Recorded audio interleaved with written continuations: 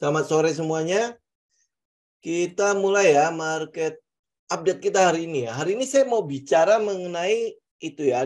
Saya mau update sebuah trend yang sudah pernah kita bahas, yaitu EBT, energi baru dan terbarukan sekaligus hilirisasi ya. Jadi kita akan bicara mengenai hilirisasi yang tembaga, masih ingat ya, tembaga, bauksit, kemudian sempat dibikin jadi wacana oleh Presiden Jokowi bahwa emas pun akan dilarang untuk ekspor secara ore ya, jadi secara bahan bakunya. Jadi dia harus diproses menjadi minimal barang setengah jadi baru bisa diekspor ya. Hari ini kita mau bicara itu. Karena teman-teman kalau misalnya teman-teman update, teman-teman ikutin ya, kapan akan dilarang untuk diekspor untuk tembaga, bauksit maupun emasnya, yaitu pada bulan Juni 2026. Kenapa dilakukan pelarangan ekspor? Karena untuk meningkatkan harga jual dari produk tersebut. Jadi harga jual dari kita bilang apa ya, bahan mineral itu. Jadi sama kayak kasusnya kayak nikel ya, kayak nikel. Teman-teman tahu kan ya, nikel waktu mau hilirisasi kan banyak sekali penolakan. Kenapa? Dikhawatirkan kekurangan devisa dan sebagainya. Tapi apa yang kita lihat pada nikel? Ya sekarang kan udah hampir boleh dibilang menyumbang berapa miliar ya, berapa puluh triliun rupiah kepada devisa negara. Nah itu sedang mau digalakkan untuk tembaga, bauksit dan emas. Oke? Kalau nikel, mungkin teman-teman tahunya itu untuk alkaline atau baterai mobil listrik segala macam kan. Jadi penggunaannya memang cukup terbatas. Nikel juga bisa dipakai untuk stainless steel ya. Jadi untuk kayak mengchroming ya. Mengchroming stainless steel. Jadi penggunaannya mungkin ya ada substitusinya. Tetapi yang berbeda adalah tembaga. Tembaga itu sebenarnya bukan kita identik dengan mobil listrik, enggak. Tapi bahan tembaga ini digunakan sebagai bahan baku untuk banyak sekali keperluan-keperluan di kehidupan kita. Kita bilang kabel udah pasti pakai tembaga, terus apalagi kan? Itu semua hampir boleh dibilang menggunakan tembaga, termasuk barang-barang elektronik. Ya, jadi pelarangan ekspor bahan mineral untuk tembaga itu menjadi sesuatu yang berbeda dengan nikel. Karena kalau itu dilarang, otomatis akan banyak sekali negara akan protes, itu pasti. Terutama untuk China ya. Walaupun China juga punya tambang itu sendiri, tapi itu untuk mereka ekspor juga cukup besar. Kemudian Eropa mungkin akan teriak lagi karena ya pasti mereka akan jauh lebih terpukul ya untuk bahan ini. Mungkin US juga akan ikutan ya. Tapi ini apa yang mau kita lihat di sini? Yang kita mau lihat itu adalah peluangnya. Ya, peluang. Memang itu masih bulan Juni. Jadi ini tren ini masih cenderung untuk agak-agak sedikit long term ya. Agak sedikit long term. Jadi jangan diharapkan nanti dia akan bergerak langsung kemana-mana gitu ya. Enggak. Ya. Tetapi kita mau lihat ada nggak peluang kita collect di harga yang lebih murah. Nah, kalau kita bicara mengenai ini adalah long term, nah teman-teman alokasikan, ini money management ya, alokasikan dana yang jangan terlalu besar dari modal kita kepada tren ini. Ngerti ya? Agar gejolak atau euforia atau emosi kita saat ini nggak jalan atau malah turun, itu nggak sampai mengganggu portofolionya kita. Oke? Karena kita udah katakan ini untuk cukup long term. Ya, apa yang mau kita lihat di sini? Selong term apa? Pertama teman-teman lihat adalah smelternya. Karena ketersediaan smelter itu akan mendukung keputusan hilirisasi ini langsung dilakukan atau tidak. Pelarangan ekspor ini akan langsung dilakukan apa tidak. Tapi kelihatannya ya jarang sekali meleset ya, paling meleset untuk 1-2 bulan doang. Kalau Juni sudah ditetapkan bahwa akan ada pelarangan di situ, biasanya itu akan terjadi sekitar itu ya. Nah, kita mau lihat adalah smelter ini loh. Smelter yang ada di kawasan industri JIPEC. JIPEC itu adalah Java Integrated Industrial Port Estate. Ya, apa yang ada di dalam situ itu sebenarnya adalah sebuah kawasan industri, di mana di kawasan industri itu ini terletak di Gresik ya. Buat teman-teman yang ada di Surabaya, ada di Gresik, pasti tahulah daerah ini. Nah, apa yang mau kita lihat di situ? yang kalau di Batang mungkin teman-teman tahu itu sedang dibangun pabrik baterai kan, pabrik baterai untuk mobil listrik. Nah, sedangkan kalau di kawasan ini, kawasan industri JIPEK ini, itu sedang dibangun sebuah smelter tembaga terbesar di dunia. Oke?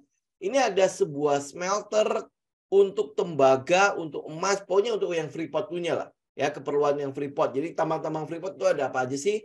Yang pasti adalah ada emasnya. Nah, kalau dia menambang emas, itu biasanya akan ada ikutan. Ikutannya apa? Akan ada perak di situ, akan ada bauksit di situ, akan ada tembaga. Itu udah satu paket gitu. Kalau bahan mineral itu udah, mereka kalau diangkat itu udah kayak gitu ya. Mungkin ada yang di tempat-tempat tertentu di mana tembaganya lebih banyak, emasnya lebih banyak, atau mungkin dia ada di daerah-daerah tertentu bauksitnya lebih banyak, ya kayak gitu ya.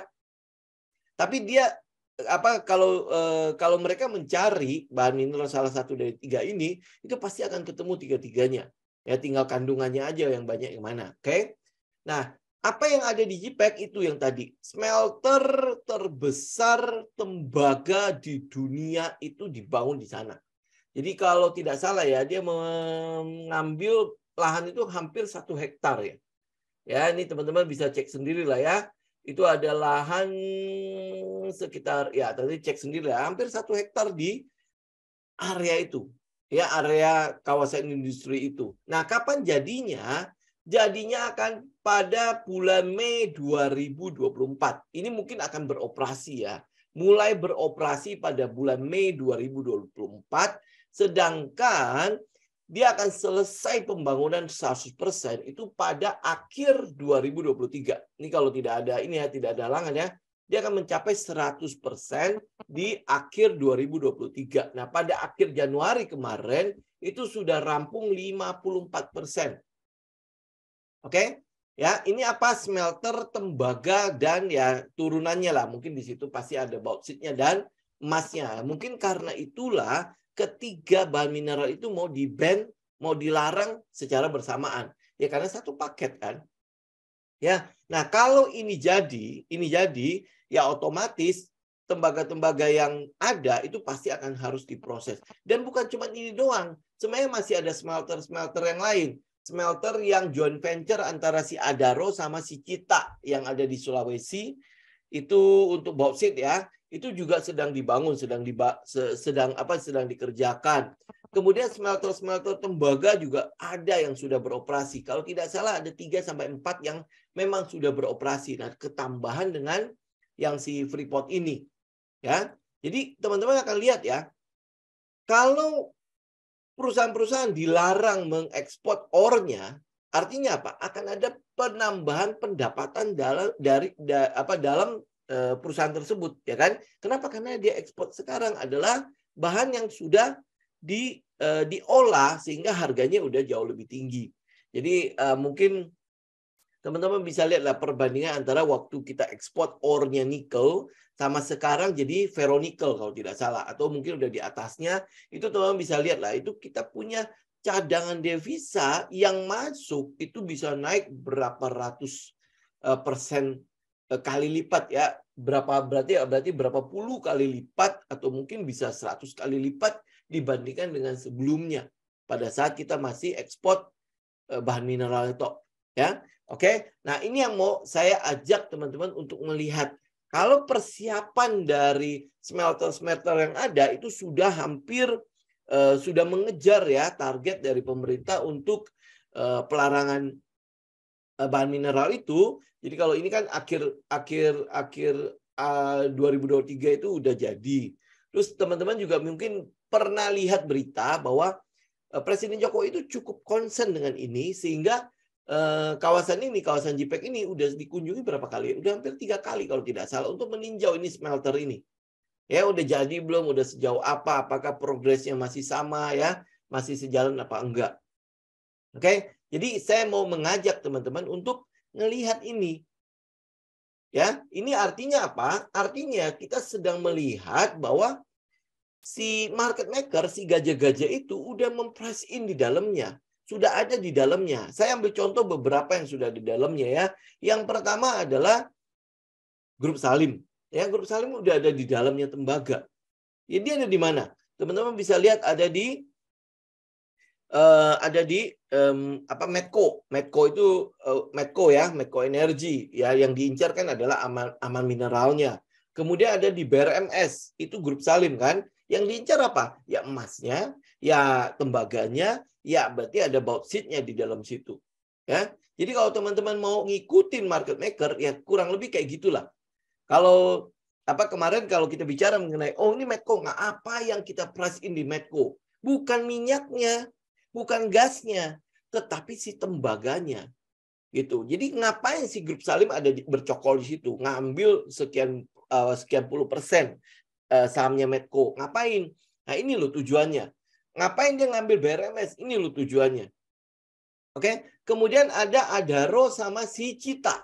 Ya, CITA. Ya, CITA. CITA ini kan adalah perusahaan yang bergerak untuk penambangan bauksit. Kalau teman-teman masih belum tahu sejarah si Cita ini, teman-teman bisa cek ya video yang sebelumnya itu yang membahas tentang kendaraan listrik ya. Di situ ada kita bahas mengenai aluminium. Aluminium itu bahan bakunya adalah si bauksit ini. Gitu. Jadi kalau bauksit ini dipecah, diolah bagaimana, akhirnya ada salah satu dari pecahannya itu adalah si aluminium. Ya. Nah, itu udah ada Adaro sama si Cita. Ya, Adaro sama Cita. Kemudian teman-teman lihat satu saham lagi, yaitu apa? MDKA. Ini udah komplit ya, komplit banget karena MDKA kan MDKA gitu ya, karena di situ adalah disebutnya dia adalah Merdeka, Cooper dan Gold dan Cooper.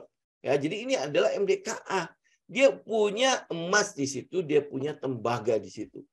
Ya, kalau kita bilang ya, kalau teman-teman mau price in untuk mobil listrik, MDKA ada. Price in untuk si tembaga, si emas, dia ada juga.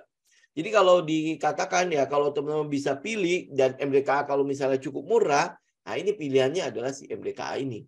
Tapi kalau enggak, teman-teman masih bisa lihat yang lain. Yang lain apa?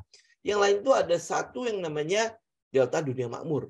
Delta Dunia Makmur, gajah mana di dalam situ? You tahu lah ya, ada Peter Tanuri di situ, kemudian ada North Star di si Delta Dunia Makmur. Apa yang dia masuk di situ? Apakah dia ngambilnya itu adalah si batu bara? Enggak. Yang dia ambil dari si Doit itu, dia kan baru akuisisi lagi kan? Akuisisi adalah batu bara dengan metalurgi tinggi. Ya, batu bara dengan metalurgi tinggi yang diambil dari Australia itu. Kemudian dia juga mengakuisisi salah satu tambang yang ada di Indonesia juga, yaitu tambang tembaga. Ya, jadi ini sebenarnya udah kita bahas nih, saham-saham ini sebenarnya udah kita bahas. Ya, cuman tinggal teman-teman saya update aja sentimennya, teman-teman update terus sehingga teman-teman bisa ngikutin nih trennya sebesar apa sih, segede apa sih. Jadi jangan sampai kayak nikel, kita mungkin udah mendeteksi harum segala macam, tapi begitu kejadian, begitu udah mulai didengungkan berita, baru kejar, itu udah rada-rada terlambat. Jadi kalau teman-teman lihat ya, siklus dari pergerakan harga itu di awal itu akan ada namanya periode atau fase namanya still ya. Pada siluman ya. Siluman. Jadi di fase itu di mana lu lihat kayak ngapain ya si grup Salim itu beli saham-saham kayak Medco, ini kan saham energi ya. Apa yang mau diharapkan di sini? Harap energi udah mulai turun kan, dia masuk. Apa yang sedang dia lihat di situ? Kemudian dia beli BRMS. Apa sih yang mau dia lihat dari sana? Gitu kan? Ini daerah steel-nya. Lu harus korek. Kita sebagai retail, kekurangan kita apa? Kita nggak punya uang untuk membeli data. Ya, jadi mau nggak mau kita harus bisa cek gitu loh. Apa sih yang sedang dia price in? Nah, kita kumpulin data-data yang kita punya. Yang apa yang kita bilang teka-teki nih.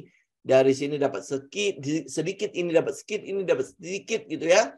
Nah, sedikit-sedikit ini lu jadikan satu. Lu gabungkan itu jadi satu, jadi kayak benar-benar kayak nyusun puzzle sebenarnya kita. Karena kita nggak punya uang untuk beli data. Gitu. Itu masalah kita kan. Nah, karena kita tahu masalah kita di situ, ya oleh sebab itulah ya lu mesti agak kreatif sedikit. Ya, apa yang lu lakukan ya? Berarti kalau lu nggak bisa ambil yang long, ya lu cuman swing ya based on technical kan. Tapi gue pengen lu gitu loh. Jadi benar-benar bisa ngikut sebuah pergerakan harga sampai akhirnya dia beggar. Sampai dia akhirnya udah ketahuan sama orang. Jadi pada saat setelah fase steal, lu kan korek informasi ya. Kok kayaknya nggak ketemu ya? Oke, ya udah kita nunggu. Nah, ini informasi semakin jelas gitu loh. Nah, itu udah masuk ke dalam sebuah fase di mana fase ini institusi udah mulai dapat nih informasi-informasi. Jadi udah ada bagian institusi yang masuk. Ya, teman-teman bisa lihat kayak BlackRock ya, Vanguard ya, kok udah mulai ngincar ya, udah mulai ngincar nih saham-saham yang seperti ini. Ngapain dia di situ? Buat apa dia di situ? Ya, kemudian institusi lokal, misalnya kayak dana pensiun lah, asuransi lah, mereka kan punya analis-analis untuk menganalisa data-data yang ada ya. Nah, sehingga mereka mendeteksi bahwa kayaknya ini akan menjadi sebuah tren. Kenapa kita harus ikut mereka? Kenapa mereka bisa mengakumulasi duluan? Karena mereka punya dana yang begitu besar yang tidak bisa dimasuki sekaligus. Ya, masih ingat ya, kalau gajah-gajah ini mau melakukan akumulasi, dia tidak akan berkoar-koar. Dia pasti akan melakukannya secara diam-diam dengan harga yang memang sudah dia analisa, sudah dia tetapkan. Yang mungkin teman-teman bilang itu valuasi lah, apalah, tetek bengek dan lain sebagainya gitu ya. Dia akan mendapatkan harga yang termurah. Sehingga lu orang nggak ikut dan lu orang nggak sadar kalau mereka sudah melakukan akumulasi. Selanjutnya apa? Selanjutnya adalah fase di mana awakening itu terjadi. Pada saat dia udah mulai spike, udah mulai bergerak. Ini yang sering kita sebut sebagai stage 2-nya. Ya, kalau itu yang tadi di steal dan di fase institusi itu masih di set 1. Nah, kalau dia udah masuk ke set 2, itu udah periode di mana saham-sahamnya udah mulai lari. Di situ lu mau cari berita apapun udah ketemu. Ya, udah clear gitu loh, udah clear, tetapi teknikalnya udah menunjukkan bahwa dia udah jalan, udah mulai tegak lurus nih pergerakannya. Sehingga mungkin saja, nah buat teman-teman yang swing, itu baru nongol dari situ. Oh, udah mulai kelihatan ada pattern lah, udah mulai kelihatan ada base lah gitu ya. Nah, baru mulai dari situ. Tapi biasanya pergerakan dari steal sampai ke institusi, fasenya institusi itu bisa berlangsung beberapa bulan, bahkan sampai beberapa tahun. Tapi kalau teman-teman lihat ya, kalau lihat dari fase di mana si grup Salim masuk ke Medco, grup Salim masuk ke BRMS, itu memang udah tahun lalu kan? Tahun lalu. Kemudian kalau teman-teman lihat smelternya, ini jadi di Mei 2000, mulai beroperasi di Mei 2024. Sedangkan fase pelarangan bahan-bahan mineral itu terjadi pada Juni 2023. Jadi kalau dia mulai dilarang, jadi nanti akan ada yang namanya fase transisinya. Kalau selama ini dia gali langsung kirim, nah sekarang mereka butuh proses untuk dilebur dulu, dijadikan ada nilai tambahnya baru akhirnya diekspor. Sehingga ini butuh ada satu fase peralihan kan, diberikan waktu untuk fase peralihan. Ingat loh ya, fase pelarangan ini bukan berarti kucuk-kucuk langsung didengungkan begitu ya. Tapi memang pada awal periodenya Jokowi, dia udah mengatakan bahwa nanti tahun ini akan nikel, kemudian selanjutnya akan ini, nanti selanjutnya ini. Jadi ini proses nanti semua bahan mineral kita akan melewati proses hilirisasi dulu, baru akhirnya diekspor. Jadi ada nilai tambah dulu, nggak mineral lagi kayak dulu. Ya, nah apa yang teman-teman lihat di sini, ada beberapa saham, bukan beberapa saham sih. Kalau misalnya di sini yang terdeteksi sama saya itu ada sekitar 7 saham yang teman-teman bisa lihat. Ya, kita bicara dulu mengenai bahan mineralnya. Ya, nah emiten yang berhubungan dengan bahan mineral yang tadi saya bilang ada MDKA di situ, ada Medco di situ, ada Delta Dunia Makmur, ada Doit di situ, dan ada Cita. Ya kan, ini Cita ini saya sebut terakhir karena memang dia nggak terlalu liquid. Terus memang harganya lumayan mahal ya. Tapi secara fundamental Cita ini sebenarnya paling bagus. Ya, teman-teman bisa cek lah ya video sebelumnya ya. Nah, kita lihat ya bagaimana pergerakannya, dan kalau lihat dari teknikalnya di mana kita bisa ngambilnya ya, di posisi mana yang kita bisa ambil. Karena ini sifatnya masih agak long term, teman-teman bisa pakai time frame yang weekly. Ya, time frame yang weekly. Jauh lebih baik teman-teman pakai time frame yang weekly. Sehingga noise-nya itu lebih sedikit. Ya, noise-nya itu nggak terlalu banyak. Jadi nggak, aduh hari ini dia turun nih begitu dalamnya dan lain sebagainya. Noise-nya itu sedikit. Ya. Nah, apa yang teman-teman lihat dari si MDKA, ada beberapa tempat yang cukup cukup menarik untuk kita bisa collect. Yang pertama ada di sini nih. Ya, di trendline itu di sekitar 4.000 sampai 3.900. Itu adalah cicilan pertama. Jadi bisa jadi dia turun sampai ke situ kemudian dia mantul lagi atau mungkin dia bisa nge-break lagi. Ya. Tapi ingat tuh ini masih trendnya masih long ya. Nah, satu lagi sasaran selanjutnya ada di daerah sini. Di daerah bawah sini nih. Ya, jadi daerah mana nih? Daerah sekitar 3.400 sampai 3.800. Jadi ada dua area ini kalau teman-teman bisa, ya kita mau lihat nih ya. Kalau dapat kita tunggu di daerah berapa nih? 3.400 sampai 3.800. Oke, itu daerah yang cukup menarik. Nah, kalau tidak, teman-teman lihat satu lagi daerah di sini. Bentar ya. Nih. Ya, di daerah sekitar 3.100 ya. 3.100. Jadi ini ada daerah Kopong di situ tuh. Ini weekly ya. Ini ada daerah Kopong di situ. Ini akan menjadi daerah yang sangat menarik untuk mengkoleksi MDKA. Karena apa? Trendnya itu masih panjang. Ya, trendnya masih panjang. Kita masih bisa menunggu dia untuk koreksi dulu. Jadi daerah, ingat ya ini ya, daerah 2.750 sampai 3.000. Ya, lu bisa cicil sedikit ya, ya. Ini paling cuma buat swing doang ya. Swing di daerah sekitar 4.000, 3.900, 4.000 itu buat swing. Siapa tahu dia ada swing ya. Kita mungkin bisa ikut sebentar gitu untuk ke atas. Nah, daerah yang kedua itu ada di sekitar sebentar. Ya, daerah kedua ada di sekitar 3.400 sampai 3.800. Itu daerah kedua. Tetapi daerah yang paling menarik itu ada di 2.750 sampai 3.000.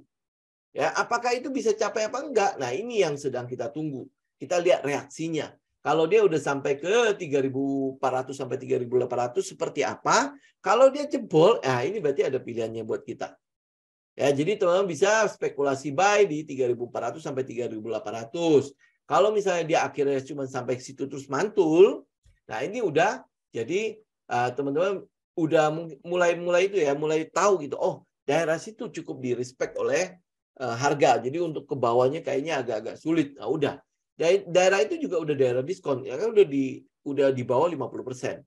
Ya, penurunan dari tren kemarin tuh. Tren kemarin yang sejak dari tanggal Oktober 2021 sampai ke atas tuh ya. Nah, ini udah di bawah 50%-nya. Jadi kita udah bilang ini udah daerah diskon. Kalau beli sekarang memang masih di area-area yang kita sebut sebagai premium. Jadi harganya masih cukup mahal gitu loh. Ya, makanya disebut sebagai premium. Tapi ini udah menjadi sebuah area buat teman-teman bisa incar dari 4.000, 3.900 sampai 4.000 sama 3.400 sampai 3.800 ya. Itu. Tapi kalau dia jebol, nah ini lu bisa kolek banyak di 2.750 sampai 3.000. Oke? Nah, kebiasaan yang terjadi kalau trennya benar-benar utuh, apalagi ini sebentar lagi MDKA kan mau melepas anak perusahaannya yang bergerak bidang nikel kan untuk IPO. Itu biasanya masih akan dijaga tuh harga untuk si induknya sendiri. Ya. Nah, biasanya kebiasaan yang terjadi pada harga pada saat mereka mau melakukan akumulasi itu akan terjadi yang namanya best. Akan terjadi yang namanya sideways. Jadi akan kelihatan banget yang namanya trading range ya. Ya, jadi dia akan kalau udah sampai ke sana, dia akan turunin dulu ya. Jadi ini kalau ini ya, kalau teman-teman lihat dari daily, teman-teman akan mulai lihat ini ada potensi terjadinya stage 3 ya, stage 3. Nah, kita cuma mau lihat doang di ujungnya, di ujung stage 3-nya akan terjadi reakumulasi atau tidak. Ini yang sedang kita harapkan. Jadi kalau dia terjadi reakumulasi, sangat mungkin ini akan ada springnya nih. Kalau misalnya dia jebol ya, 3.400 sampai 3.800, itu masih akan ada spring di situ. Spring mungkin ya, cuman turun sampai ke 2.750 sampai 3.000, nyentuh itu, tutupin kopongnya, kemudian dengan segera dia naik. Kayak teman-teman bilang itu V-shape recovery gitu. Ya, nah itu bisa jadi sebuah skenario buat teman-teman. Apakah harga bisa menyentuh ini? Ya bisa saja, sangat mungkin. Karena ini kan ngebest ya. Ini kan udah di atas nih. Harganya udah di atas, kemudian dia ngebest. Jadi ini udah dibilang jadi sets 3. Nah, sets 3 ini ujungnya yang mau kita lihat itu apa? Apakah terjadi reakumulasi apa enggak? Kalau dia terjadi reakumulasi, teman-teman bisa lihat ciri-cirinya. Spring, shake out. Ya, kalau tidak terjadi shake out, maka akan terjadi yang namanya LPS. Last point of support, ya. Jadi dia ada swing terus ke atas itu kayak membentuk higher low. Ya, ini yang sedang kita mau tunggu di MDKA, oke? Ya, ini kalau dia turun, ini memang ada wilayah-wilayah yang cukup menarik ya, teman-teman bisa catat itu. Ini MDKA. Kemudian kita bahas mengenai Medco. Medco ya, ini kalau misalnya Aman Mineralnya jadi IPO, yang kita incar yang itu aja. Karena itu yang berhubungan dengan tembaga ya. Kalau si Medco-nya ini baru mendapatkan setoran dari si Aman Mineral. Ingat ya, kalau Aman Mineralnya jadi IPO, kita incar si Aman Mineralnya saja. Karena yang kita butuhkan itu adalah tembaganya, bukan minyak sama gasnya. Ya, oke. Nah, sedangkan kalau untuk Medco, kalau teman-teman lihat, dia sekarang ada di sekitar support. Supportnya di mana? Di 1000 sampai 1030. Ini ada di area support. Nah, area support ini apakah kita bisa pakai buat swing? Tentu teman-teman harus lihat ya, bagaimana si gasnya, bagaimana si minyaknya. Kalau harga gasnya turun terus, minyaknya turun terus, berarti kan berlaku seperti batu bara. Pendapatannya juga akan turun. Ya, walaupun sekarang ya reaksi kita mungkin akan ada swing di sana. Ya, kenapa? Karena dia ada di area-area support. Tapi teman-teman perhatikan VSA-nya. VSA ya, pada saat penurunan ini, apa yang terjadi pada volumenya? Volumenya meningkat sebenarnya ini. Jadi itu penurunan ini semua di atas rata-rata dan semuanya anomali. Ya, semua penurunan itu anomali. Jadi turunnya itu dengan volume yang gede. Berarti di sini ada pembuangan barang sebenarnya.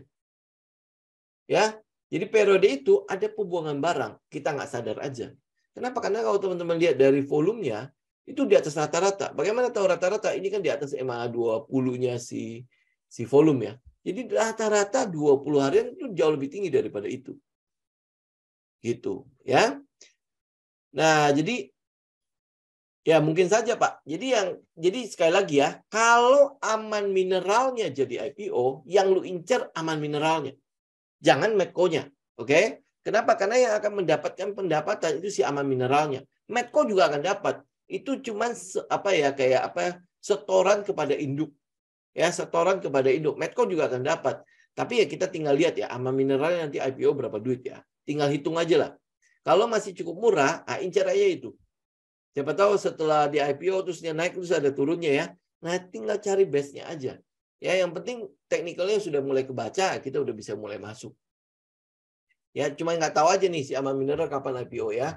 Ingat ya, kalau teman-teman lihat Medco, oke, sekarang ya ada di support ya, ada di support. Cuman support ini agak-agak kita bilang apa ya, agak rapuh lah ya. Kenapa? Karena ada terjadi buang barang yang cukup banyak di daerah sini. Ya, di daerah penurunannya kemarin tuh dari 9 Februari sampai hari ini terjadi pembuangan barang lumayan. Kemudian pada saat dia menyentuh ini area supportnya, area demand ya, itu di daerah 1000 sampai 1035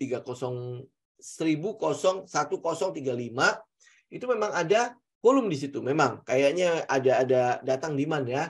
Tetapi kalau lihat dari ini memang agak rapuh ya. Jadi kalau teman-teman mau lebih aman, ada di area sekitar 700. 700 itu berarti ngetes lagi untuk si base sebelumnya. Jadi habis dia ngebreak tuh, dia ngebreak ini kan masih ada daerah kopong kan? Ya di daerah 700 sampai 800 ya, 700 sampai 800. Jadi akan jauh lebih aman teman-teman bisa collect dari situ. Ya, lebih low risk gitu. Sekarang low risk iya, low risk, tapi ya teman-teman paling buat swing doang, bukan buat di keep untuk panjang. Kalau teman-teman mau keep lebih panjang akan jauh lebih aman di daerah 700 sampai 800 untuk si Medco ya. Oke, sekali lagi, kalau Aman Mineralnya IPO, lu incar yang itu. Ya, prioritas si Aman Mineral. Habis itu kalau nggak dapat, lu baru balik lagi ke induknya lah. Ya, ini Medco. Kemudian yang satunya lagi adalah Cita. Ya, Cita ini mungkin Saya tidak bisa merekomendasikan terlalu banyak. Kenapa? Karena harganya memang juga udah di 3.000-an sampai 4.000. Kemudian dia nggak liquid. Nggak liquid itu dalam arti buat teman-teman yang punya uang ya di atas 100 juta lah ya, ini udah nggak bisa teman-teman kejar. Ya lebih baik kejar yang lain. Itu udah nggak worth it lah buat teman-teman kejar. Kecuali lu kumpulin ya, jualnya nanti. Ya nanti pada saat trendnya udah kayak tipe-tipe kalau investor lah ya, lu bikin dollar cost averaging ya, DCA ya, lu average terus di situ ya bisa. Tapi jualnya nanti, ingat. Ya jualnya nanti, kalau enggak lu yang menjadi likuiditasnya. Ya lu ngumpulin, lu mau jualan, ya nggak ada yang beli gitu loh. Ya, itu yang masalah. Beli mah gampang. Beli ngumpulin barang mah paling gampang kok. Yang lu mesti perhitungkan adalah jualnya gimana. Nah, ini bagian dari money management. Gitu. Jadi nggak serta-merta semua saham dengan technical bagus lu ambil. Kalau modal lu kegedean untuk masuk ke dalam saham itu, ya ini yang masalah. Nanti lu bisa beli, jualnya nggak bisa. Gitu. Nah, kalau jualnya nggak bisa, ya lu jadi likuiditasnya. Lu yang naikin sendiri, lu yang turunin sendiri. Gitu kan. Jadi akhirnya lu nggak dapat apa-apa di situ. Ya, ingat ya itu ya. Ini Cita, memang bagus. Memang bagus. Ini kalau dia jebol ya, dia jebol aja udah bisa stay di atas 4.050, itu mungkin akan melanjutkan trend. Tetapi ya itu likuiditasnya yang tidak terlalu menggembirakan untuk kita bisa collect. Oke? Nah, yang terakhir untuk yang di mineral itu ada namanya Delta Dunia Makmur, ya. Delta Dunia Makmur saat ini ada di support, ada di area-area supportnya. Yang kita sedang tunggu itu adalah dia kan ada di ini ya. Dia kan sedang ngebest di situ. Nah, kalau dia ngebest begini, teman-teman harus tahu dulu trennya ya. Trennya itu sebenarnya turun loh. Ini trend. Memang trend dari ujung ya, dari gedenya, kalau teman-teman dari weekly, itu memang dia udah selesai. Jadi kalau teman-teman lihat dari trend gedenya, itu udah kelar. Ya, ini udah kita bilang ini bisa jadi set 1 atau bisa juga menjadi set 3. Ya, set 3 berarti dia ngelanjutin trend turun lagi loh. Ya, nah ini kalau teman-teman cuma lihat sepotong begini doang. Nih, lihat sepotong dari tanggal 20 September sampai hari ini ada kejenuhan untuk turun. Kenapa? Lu lihat di sini. Nah, ini ya. Berarti kan ini seperti ada kayak designing invert flag, ya, flag yang kebalik gitu loh. Flag yang kebalik yang mungkin saja akan jebol ke bawah. Oke? Tetapi trend pada majornya, makanya kalau teman-teman pakai yang weekly, trend majornya itu sebenarnya dia udah kelar turunnya. Turunnya udah kelar, ya, turunnya udah kelar. Nah, sekarang kita mau lihat apakah periode dari tanggal 20 Maret 2020 sampai hari ini itu adalah proses akumulasinya. Kalau lihat dari VSA itu ketahuan banget. Ya, apalagi kalau teman-teman cari di weekly ya, itu ketahuan banget kok.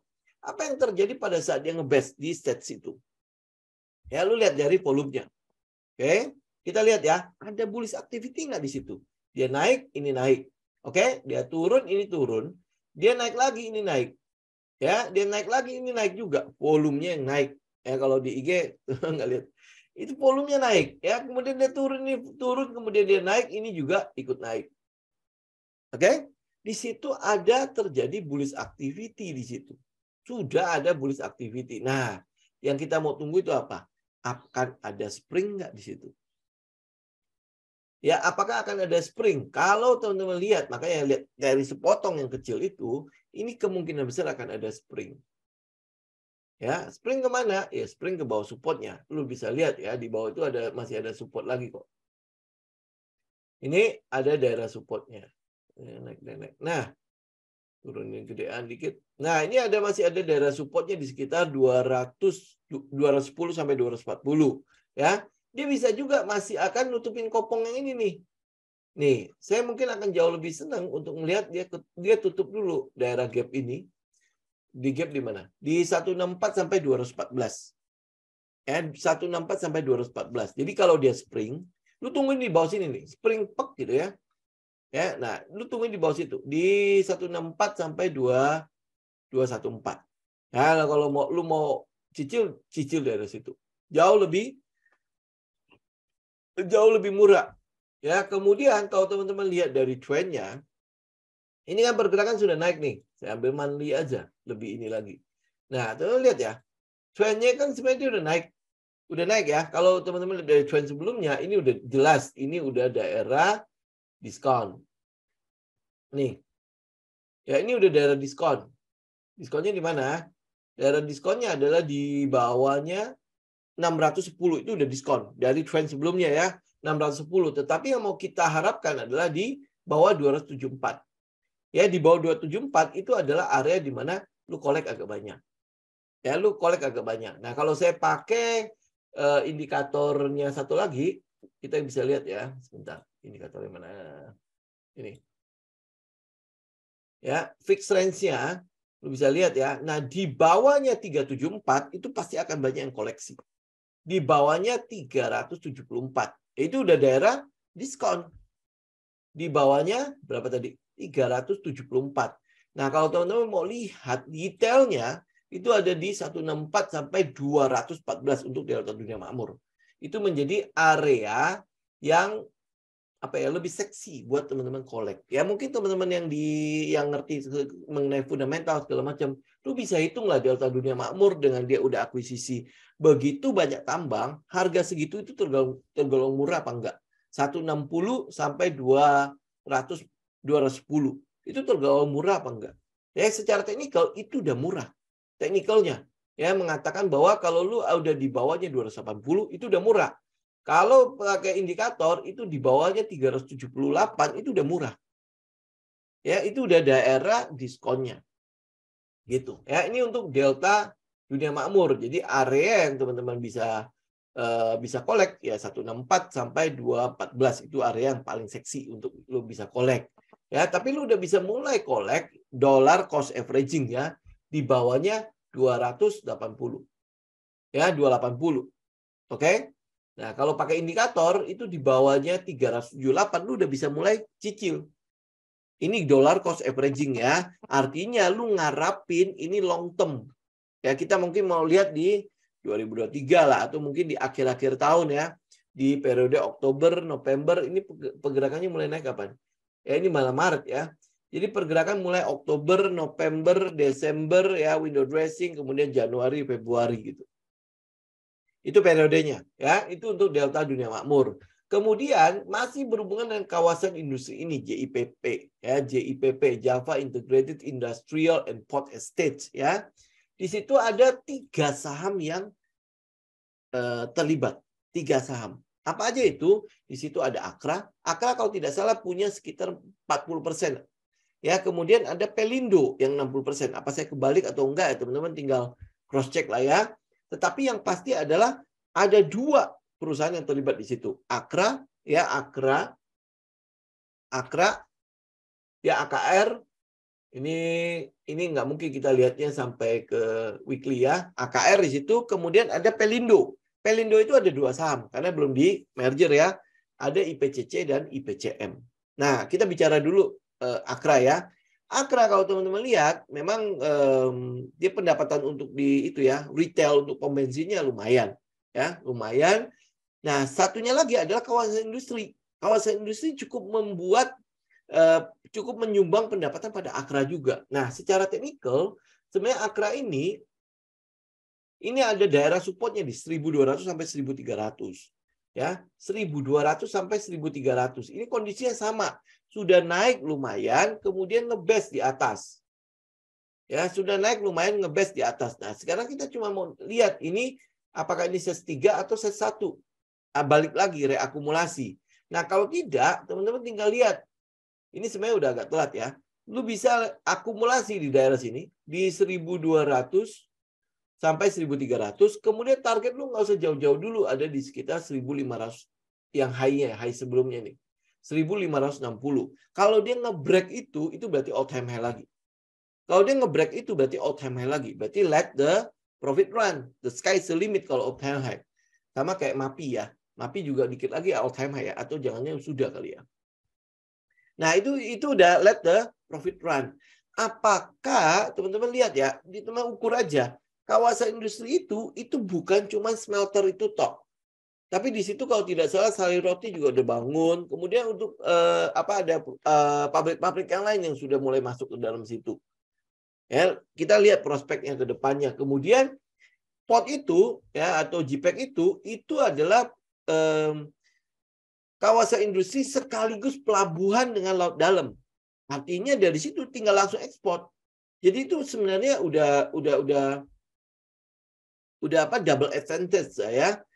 Lu bisa kawasan industri di sana sekaligus bisa menjadi pelabuhan untuk tujuan ekspor. Karena dia laut dalam. Makanya terlibat di situ Pelindo, IPCC dan IPCM. Ya, gitu ya. Oke. Nah, Akra apa yang teman-teman lihat? Ini sebenarnya untuk ini ya. Dia nge-break ini aja sebenarnya udah menjadi peluang. Ya, nge-break ini nih. Nge-break trendline. Jadi nge-breaknya antara sebentar saya tarik aja garis ya. Kurang lebih nah, ya di daerah mana? Di daerah sekitar 1425 sampai 1500. Tetapi ini saya mau ingatkan ya. Kalau dia nge-break ini, teman-teman harus pastikan teman-teman ikutin trailing stop-nya dengan ketat. Kenapa? Karena kalau dia belum nge-break dari 1600, dia masih belum all time high. Ya, dia masih ada peluang untuk turun lagi. Ingat tuh ya. Jadi akan jauh lebih enak teman-teman ngambil di daerah 1200 sampai 1300. Jadi teman-teman masih bisa incar lah daerah 1600-nya. Ya, habis itu ya teman-teman mau naik lagi silakan. Tapi kalau ambil daerah sini 1425 sampai 1500 memang agak riskan ya. Kalau dia punya sentimen tidak mampu untuk mendorong dia terus naik. Nah, ini yang masalah buat kita. Karena target di atasnya kita nggak bisa melihat. Ya, jadi dia harus naik gitu loh. Dia harus naik. Kalau dia naik itu sky is the limit. Jadi teman udah tinggal trailing stop aja terus naik. Jadi sekali lagi kalau mau lihat low risk-nya untuk AKR itu ada di 1200 sampai 1300. Ya.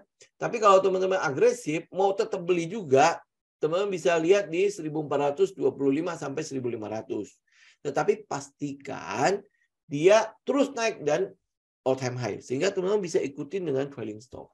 Pakai EMA 20 lah ya untuk trailing stop-nya. Ini EMA 20 ya untuk trailing stop-nya. Tapi kalau dia bisa turun balik ke 1200 sampai 1300 itu lebih baik untuk si AKR ya. Si Akra ini ingat dia pakai buat swing dulu. Ya, pakai buat swing dulu karena kita masih belum lihat kontribusi kawasan industri terhadap si hilirisasinya. Ini baru kontribusinya doang ya. Kemudian ada IPCC dan IPCM. Nah, kalau untuk dua ini yang sebenarnya menarik yang karakternya lebih agresif itu IPCC. IPCC ini sebenarnya ada dua ya. Sekarang lagi ada sentimen yaitu peningkatan pengiriman otomotif atau mobil. Dia lagi cukup mengalami lonjakan di situ. Nah, hari ini sebenarnya dia udah mulai breakout, tapi breakout sesungguhnya itu masih akan terjadi di atas 675. Jadi dia baru masuk ke area resisten ya. Dia baru masuk ke area resistennya. Karena kan trendline kita nggak bisa gambar pakai garis doang. Resisten juga kita nggak bisa cuman garis stop. Itu biasanya di area dia ada sebuah area di sana sehingga kita bisa ngukur nih dia benar-benar breakout apa enggak. Itu nanti ya tinggal false breakout atau enggak ya. Nah, ini udah masuk ke area resistennya. Nah, teman-teman kalau mau aman tunggu dia ngebreak di 675. 675 kalau mau lebih aman lagi ya ngebreak round number-nya resisten 700. Ya, jadi dia udah stay di atas, lu udah tinggal ikut aja. Nah, ini targetnya sebenarnya kalau dia ngebreak juga lumayan gede. Ya, lumayan gede. Teman-teman bisa lihat, nah, ini kan VCP ya. Ya. Nah, ini kalau dia ngebreak ya tinggal lu ukur aja nih target paling dekat. Ya, target-targetnya itu nggak usah terlalu tinggi ya. Nih, target ya kalau dia ngebreak, berarti kita masih bisa ngincar sekitar 900. Itu targetnya. Kalau dia ngebreak dulu ya. Ngebreak, kita masih bisa incar di area 900. Nah, IPCM ini tipikal untuk teman-teman yang konservatif. Dia memang jalannya juga nggak tahu gede-gede banget. Tapi dia ada di daerah support. Ini saat ini dia ada di daerah support di 260 sampai 270. Ini daerah supportnya ya. Nih. Ya, tapi sekali lagi ini agak konservatif juga jalannya. Ya, jalannya agak konservatif. Jadi kalau teman-teman tidak punya jiwa itu, nunggu segala macam, ambil IPCC. Ya, ambil IPCC atau ambil si Akra. Akra itu cuma agak atas aja. Jadi yang teman-teman bisa incar itu adalah IPCC. Ya, yang terakhir yang lo incar itu adalah IPCM. Ini buat swing. 3 saham terakhir itu cuma buat swing buat kalau IPCC dan IPCM itu untuk sentimen itu ya, kenaikan pendapatan mereka karena produk otomotifnya itu sedang meningkat ya, pengiriman melalui itu ya potnya mereka, IPCC dan IPCM. Kalau Akra ini kita ngambil untuk si kendali kawasan industrinya. Karena memang cukup laku kok di daerah Gresik itu. Nah, salah satunya memang adalah si JPEG di smelter Freeport itu, dia bangun di daerahnya dia kebetulan. Untuk hari ini saya pikir cukup ya teman-teman ya. Sama teman-teman alumni, jangan lupa itu yang Jakarta terutama ya. Untuk Jakarta kita ada Kopdar kan di bulan Maret. Kopdarnya di tanggal minggu pertama Maret. Jadi di tanggal 4 Maret ya. Itu linknya udah kita kasih. Itu untuk mengganti konsumsi. Teman-teman daftar, ingat itu maksimal ruangannya cuma untuk 20 apa 25 orang. Ya, 20 apa 25 orang. Jadi kalau misalnya sampai hari Minggu ini, sampai hari Minggu teman-teman belum daftar, saya akan buka untuk umum. Ya, karena kalau enggak sayang gitu, karena ruangannya udah kita booking sebesar itu gitu. Ya, sudah termasuk lunch-nya, ya. Jadi ini Jakarta dulu, habis itu saya baru mau ngomong Bali lagi, Bu. Bandung, habis itu Bandung di minggu ketiga, nanti Bali ya habis itu ya. Ya, jadi teman-teman nanti udah tinggal daftar di situ, linknya udah kita kasih juga. Jadi sampai Minggu kalau teman-teman belum daftar ya, belum daftar, kita buka untuk umum. Jadi ya jatahnya berarti teman-teman otomatis akan diambil ya. Nah, ini Kopdar ini bukan cuma untuk fellowship doang ya, bukan cuma hahihi ya. Kita mau mengulang. Jadi kalau teman-teman ada pertanyaan, ada apapun, ini offline dan itu 3 jam. 3 jam. Kalau teman-teman online ini itu Kopdar juga sebenarnya, cuma online kan. Nah, itu cuma 1 jam. Ya, cuma 1 jam. Nah, kalau itu 3 jam. Ya, orang Serpong malah ikut Bali. Yang Serpong sesuai dengan pooling ikut Jakarta mau nggak mau karena kalah poolingnya ya. Jadi Serpong ikut Jakarta. Oke, tanggal 4 Maret ya, teman-teman yang umum ya nanti tunggu setelah Minggu ya, Minggu. Jadi kita prioritas memang di alumni dulu. Kalau alumni masih ada sisa kosong, ya baru kita lempar ke umum. Ya, ini untuk Jakarta sama Bandung minggu ketiga. Bandung itu berarti tanggal 18 ya. Ya, Bandung itu tanggal 18 Maret. Nah, kota-kota lain nanti ya, kayak Medan, Bali, Surabaya, itu nanti kita susulin ya. Kita kayak Makassar segala macam itu juga paling nanti kita susulin. Ya, nanti itu dikoordinasi dulu ya. Jadi sekarang Bandung, Jakarta dulu. Oke? Ya, thank you semuanya untuk hari ini, semoga bermanfaat. Jangan lupa dianalisa ulang ya. Sama jangan lupa juga ya teman-teman ya, terus perbaiki risk manajemennya, terus perbaiki money manajemennya. Jadi kita sebenarnya cuma tinggal 3 pilar itu ya. Technical itu nggak akan ada gunanya kalau risk management, money management, termasuk emosi lu bekerja di situ. Aduh, habis-habisan lah ya. Oke, jadi thank you semuanya. Happy weekend. Kita ketemu lagi nanti di hari Selasa yang akan datang. Oke, God bless semua. Thank you. Saya izin pamit ya.